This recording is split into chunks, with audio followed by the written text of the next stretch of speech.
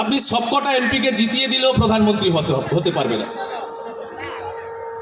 সুতরাং মিথ্যা ভাওতাগিরি করে, ভাওতাবাজি করে তৃণমূল কংগ্রেস আমাদের ভোটগুলোকে নষ্ট করার চেষ্টা করছে।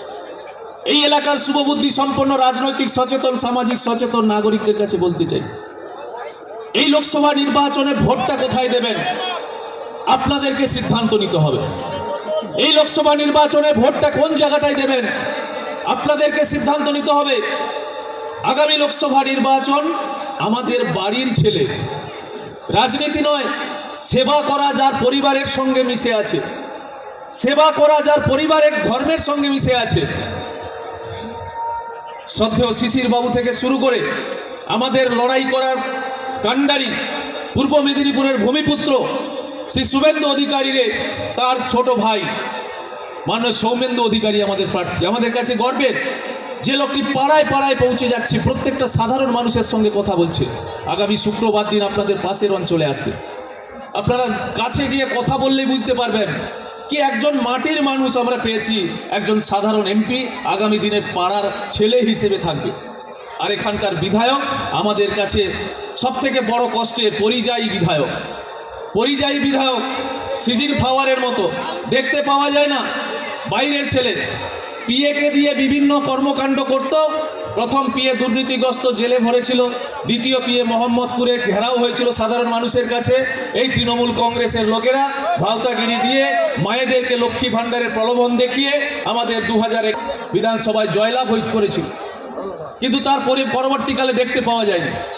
যখন বন্যা হয়েছিল এখানে আমি এসেছিলাম, দেখেছিলাম রাস্তাঘাট পথঘাটের পরিস্থিতি। এখানে পরিযায়ী বিধায়ককে দেখতে পেয়েছিলেন? রাস্তাঘাট যখন ডুবে গেছিল। আমি এই এলাকার শুভবুদ্ধি সম্পন্ন সচেতন নাগরিকদের কাছে প্রশ্ন করতে চাই, আপনারা এই ধরনের ভাওতাবাজিতে আর কি ভোট দেবেন? পাশের যে জেলা শেখ শাহজাহান যে ঘটনা ঘটিয়েছে, সেই ঘটনা কি আগামী দিনে বাবুইয়াতে ঘটুক আমরা চাইব? সেজন্য আমি, আপনি, আবাল বৃদ্ধ বনিতা, পুরুষ মহিলা, খেটে খাওয়া মজদুর মানুষ, শ্রমজীবী মানুষ, যে স্বপ্ন নিয়ে 2011 সালে তৃণমূল কংগ্রেসকে ক্ষমতায় বসিয়েছিলাম, আজকে তা আমরা অতিষ্ঠ, আমরা বিরক্ত, আমরা জানি আমাদের ভবিষ্যৎ কি।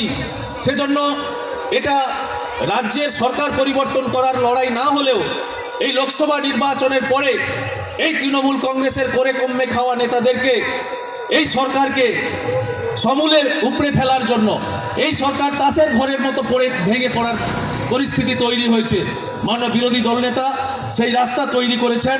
আমাদের শঙ্কুদার মতো লোকেরা আপনাদের এই ধরনের প্রান্তিক গ্রামে গ্রামে পৌঁছে যাচ্ছে, মানে ভারতীয় জনতা পার্টির আগামী পরিকল্পনা আপনারা অবশ্যই উপলব্ধি করতে পারবেন। অবশ্যই শুনতে থাকুন এই পথসভা। আগামী 25শে মে আসছে দিন, পদ্ম ফুলে ভোট দিন, সকাল সকাল ভোট দিন, মা বোনেরা ভোট দিন, সংঘবদ্ধভাবে ভোট দিন, জোটবদ্ধভাবে ভোট দিন, পদ্ম ফুলে ভোট দিন। মোদিজিকে আবার প্রধানমন্ত্রী করুন এবং ভারতবর্ষকে তৃতীয় অর্থশালী হিসেবে দেশ হিসেবে আত্মপ্রকাশ করুক। এই স্বপ্ন নিয়ে প্রত্যেকে শ্রদ্ধা, সম্মান, অভিনন্দন জানিয়ে শেষ করছি। জয় হিন্দ, বন্দে মাতরম, ভারত মাতা কি জয়।